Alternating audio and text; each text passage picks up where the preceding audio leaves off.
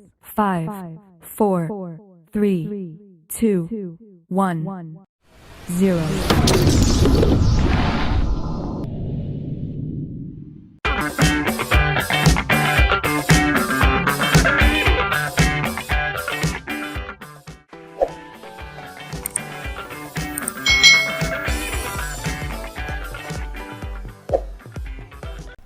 Hai hai hai, selamat datang di channel YouTube Kak Citra. Apa kabar adik-adik semuanya? Kak Citra berharap kalian dalam keadaan yang baik, sehat, dan siap untuk belajar ya. Hari ini kita akan belajar bersama-sama untuk mata pelajaran tematik kelas 5. Kita akan belajar di tema 3, makanan sehat, subtema 3, pentingnya menjaga asupan makanan sehat, pembelajaran yang ketiga. Mari adik-adik yang hebat, kita belajar dengan penuh semangat. Adik-adik yang hebat, cermati nih percakapan Lani dan Dayu berikut ini. Nah, di sini ada percakapan antara Lani dan Dayu. Aku sudah memberitahu ayah dan ibuku tentang membeli produk buah lokal. Lalu bagaimana pendapat mereka, Lani? Tanya Dayu. Mereka berdua sangat setuju dengan membeli produk lokal, apapun itu, buah-buahan juga lain-lainnya. Hal ini baik untuk mendukung pemberdayaan petani serta produk dalam negeri, jelas Lani. Dengan membeli produk hasil negeri sendiri, kita ikut membantu meningkatkan kesejahteraan para petani serta pengusaha kecil dalam negeri. Lanjut Lani lagi adik-adik. Nah, itu tadi ya percakapan antara Lani dan Dayu. Mari adik-adik kita memakai atau membeli apapun produk Indonesia ya, made in Indonesia ya. Karena apa? Di situ kita akan membantu perekonomian orang-orang Indonesia yang membuka usaha. Nah, adik-adik, di sini ada bacaan yang berjudul Perkumpulan Petani Pemakai Air. Saat kita berbicara tentang buah-buahan lokal, kita pasti berbicara tentang keberadaan petani lokal di dalam sebuah daerah. Membeli buah-buahan atau sayuran lokal berarti kita itu membantu memberdayakan petani. Ternyata saat ini banyak petani yang bergabung dalam sebuah organisasi Perkumpulan Petani Pemakai Air atau yang dikenal dengan P3A. Ya, setiap desa yang memiliki areal irigasi dianjurkan untuk membentuk organisasi P3A. Nah, pembentukan organisasi P3A atau organisasi petani irigasi tersebut dilakukan oleh petani itu sendiri berdasarkan kebutuhannya serta sesuai dengan norma dan nilai yang berkembang secara spesifik di daerah masing-masing. Organisasi petani irigasi atau P3A tidak tergantung pada pihak luar, berkembang secara perlahan dan bertahap, dan berusaha untuk membiayai diri sendiri sesuai dengan kemampuan para anggotanya. Organisasi ini boleh menerima bantuan, tetapi tidak boleh menggantungkan diri dari bantuan. Organisasi petani pemakai air itu harus memelihara pengetahuan dan teknologi lokal, yaitu pengetahuan yang sejak zaman dahulu telah diterima oleh masyarakat secara turun-temurun dari nenek moyang mereka. Anggota organisasi ini juga senantiasa terbuka terhadap pengetahuan dari luar untuk menambah wawasan mereka sesuai dengan pengalaman orang lain kalau memang sesuai dan bermanfaat. Nah, selain itu, organisasi ini juga ikut menjaga lingkungan fisik, sosial, budaya, politik, dan ekonomi. Para petani tanpa memandang perbedaan dapat masuk menjadi anggota organisasi petani pemakai air ini. Nah, organisasi petani pemakai air atau P3A itu bertujuan untuk menampung masalah dan aspirasi para petani yang tergabung yang berhubungan dengan air untuk tanaman dan bercocok tanam. Nah, organisasi ini menjadi wadah bertemunya petani untuk saling bertukar pikiran, curah pendapat, serta membuat keputusan-keputusan guna untuk memecahkan permasalahan yang dihadapi bersama oleh petani, baik yang dapat dipecahkan sendiri maupun yang memerlukan bantuan dari luar. Nah, organisasi ini memberikan pelayanan kebutuhan petani, terutama itu dalam memenuhi kebutuhan air irigasi untuk usaha pertaniannya. Nah, dalam tahapan perkembangannya, organisasi ini diharapkan dapat menjadi suatu unit usaha mandiri yang mampu menyediakan sarana produksi pertanian ya dan sebagainya tentunya, maupun dalam upaya pemasarannya. Nah, selain itu organisasi ini tuh juga berperan dalam pengembangan dan pengelolaan sistem irigasi. Nah, ini tadi ya tentang organisasi petani pemakai air atau P3A. Adik-adik, organisasi P3A ini merupakan sebuah contoh pembangunan sosial budaya. Disebut sosial karena tumbuh dan berkembang dalam kehidupan masyarakat. Mengapa disebut budaya? Karena di dalamnya itu terdapat ide atau gagasan yang bisa jadi merupakan warisan dari generasi sebelumnya. Inilah yang mendasari pembangunan sosial budaya yang memang dirancang untuk meningkatkan taraf hidup masyarakat di dalamnya. Nah, sekarang adik-adik coba kalian lakukan identifikasi nih terhadap bentuk keragaman yang kamu temukan pada bacaan di atas. Berilah penjelasan untuk setiap keragaman yang kita temukan. Contohnya adalah sebagai berikut ini ya adik-adik ya, dari bacaan tadi. Di sini bentuk-bentuk keragaman yang kita temukan dari bacaan.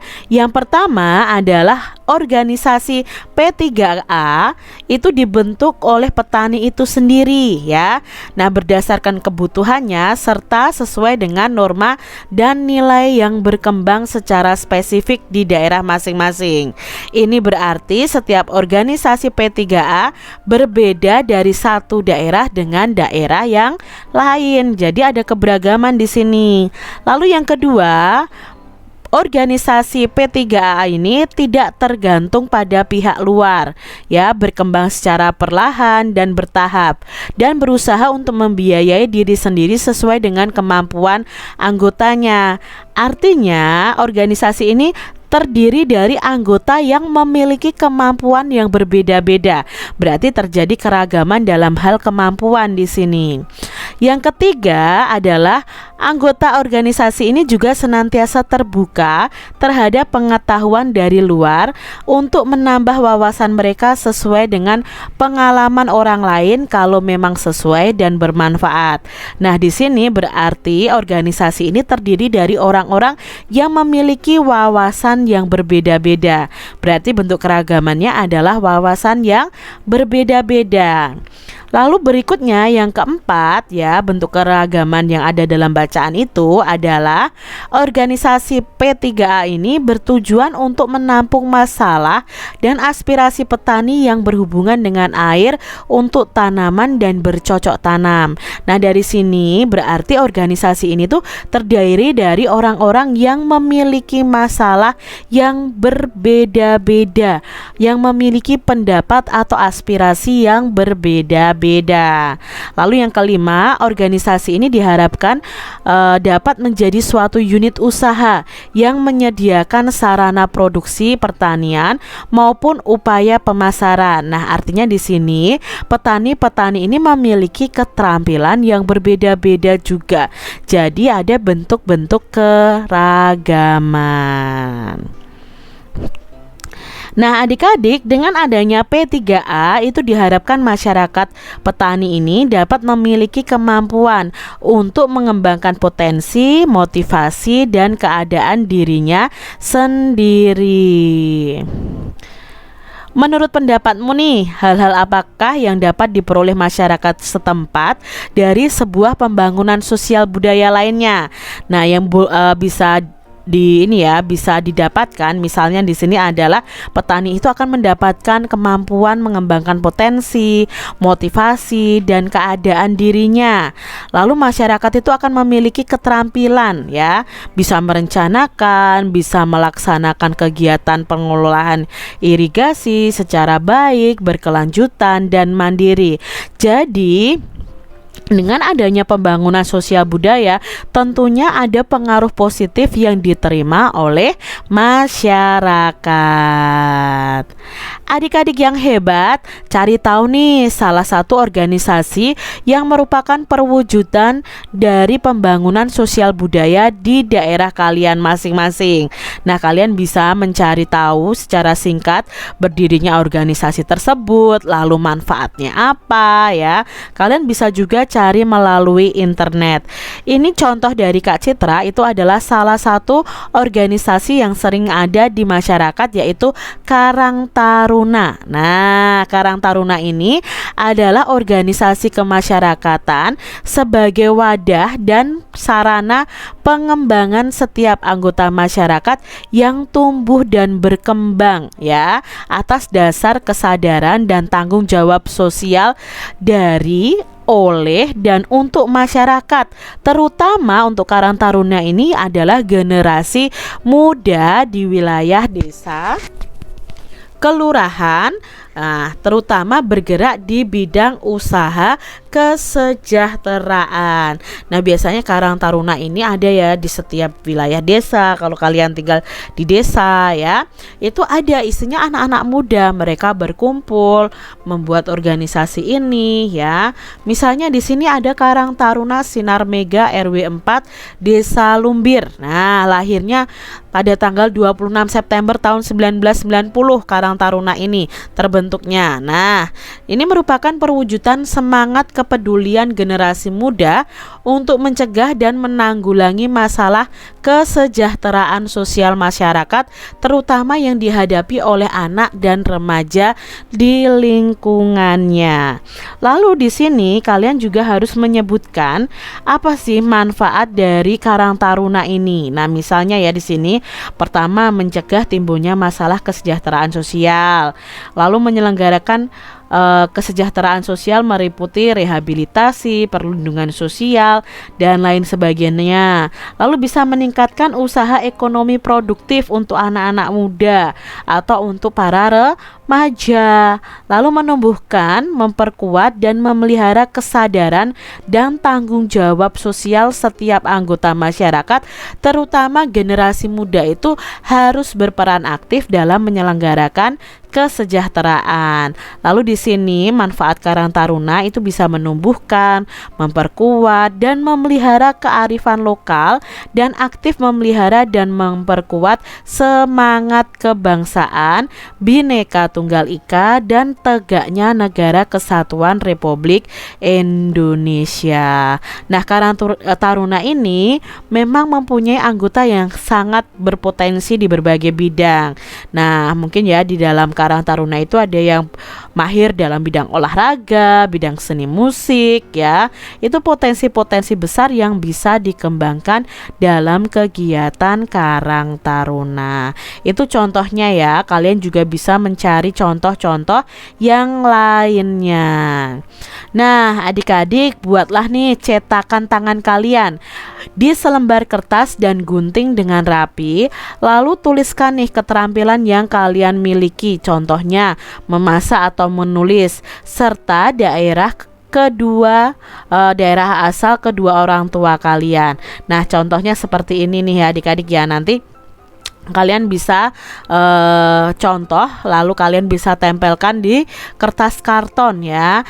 Lalu kalian jadikan satu dengan teman-teman kalian. Ya, misalnya seperti ini nih ya. Nama Beni, dari sukunya Batak, keterampilannya apa? Menulis. Nah, ini adalah cap tangan Beni misalnya ya. Lalu namanya Siti, sukunya Jawa, keterampilannya menyanyi. Nah, ini cap tangan teman-temanmu. Lalu kalian tuliskan namanya, suku atau asal daerahnya, dan keterampilan yang dimilikinya. Nah, adik-adik, dari cap tangan ini ya, kalian bisa menjawab beberapa pertanyaan ini nih ya. Pasti pertanyaan ini jawabannya berbeda-beda, karena kan tentunya informasi teman-teman kalian itu berbeda-beda ya. Ada yang mungkin banyak dari Pulau Jawa misalnya ya. Kalian bisa menjawab ini, misalnya berapa orang teman yang memiliki keterampilan yang sama denganmu. Nah, kalian hitung nih yang keterampilannya, misalnya yang suka menyanyi, nah, ada berapa orang. Nah, apa manfaat dari memiliki teman yang keterampilannya sama? Nah, mungkin bisa berlatih bersama-sama. Apa manfaat dari memiliki teman yang keterampilannya berbeda? Nah, dapat belajar keterampilannya lain ya.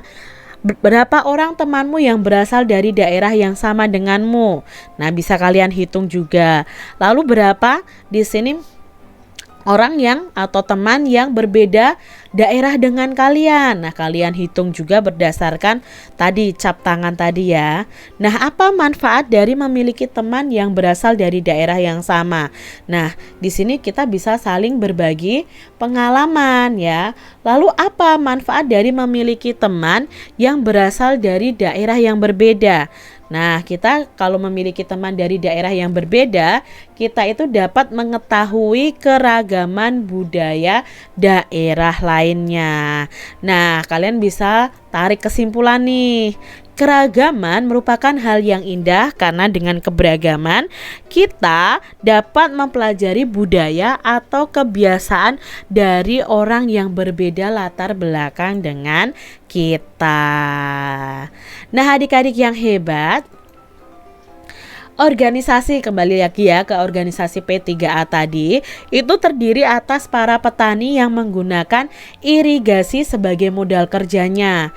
Nah, para petani tersebut dapat berupa petani pemilik sawah, petani penggarap sawah, pemilik kolam ikan yang memperoleh air dari jaringan irigasi, serta petani pemakai air irigasi lainnya. Nah, keragaman yang terdapat dalam organisasi ini menjadi kekuatan tersendiri bagi organisasi tersebut, terutama saat menghadapi masalah yang berkaitan dengan irigasi. Nah, adik-adik, sebagaimana yang tertera dalam bacaan tadi ya, organisasi ini menjadi wadah bertemunya petani untuk saling bertukar pikiran, curah pendapat, serta membuat keputusan-keputusan guna untuk memecahkan masalah yang dihadapi bersama oleh petani, baik yang dapat dipecahkan sendiri maupun yang memerlukan bantuan dari luar. Nah, keberagaman yang dimiliki oleh organisasi ini justru akan memperkuat keberadaan organisasi tersebut, terutama dalam menghadapi masalah dan tantangan-tantangan baru. Adik-adik yang hebat, mari kita coba berlatih bekerja sama dalam kelompok nih.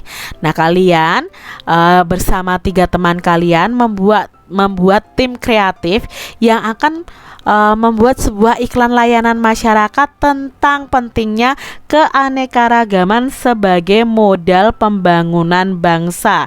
Nah, kalian akan membuat iklan layanan masyarakat lagi nih ya adik-adik ya. Apa sajakah yang kamu butuhkan dalam pembuatan iklan ini? Nah, istilah peta pikiran berikut ini dengan menentukan siapa yang bertanggung jawab ya, lalu siapa yang mengerjakan setiap bagian yang dimaksud. Nah, adik-adik, kalian nanti harus membuat peta pikiran sesuai contoh dari Kak Citra nih. Misalnya di sini, mulailah menentukan judul iklannya dulu. Ya, yang dibutuhkan dalam iklan itu tuh jumlah pemerannya ada berapa? Lalu karakter atau tokoh penampilan fisiknya seperti apa? Nah, setelah itu kalian buat sketsa gambar berdasarkan naskah, lalu buat naskah iklannya ya. Lalu baru kalau naskah iklannya sudah jadi, kalian bisa praktekkan bersama dengan teman-teman kalian. Nah, ceritanya kalian ini menjadi sutradara iklan ya, iklan layanan masyarakat. Demikian tadi adik-adik pembahasan kita di tema 3, subtema 3, pembelajaran yang ketiga. Semoga video pembelajaran ini bermanfaat ya untuk adik-adik semuanya. Dan sampai jumpa lagi di video pembelajaran Kak Citra selanjutnya. Tuhan memberkati. Jangan lupa tekan tombol subscribe, lalu tekan loncengnya, tekan juga tombol like, lalu share ke media sosial kalian. Jangan lupa untuk ikuti media sosial Kak Citra. Terima kasih.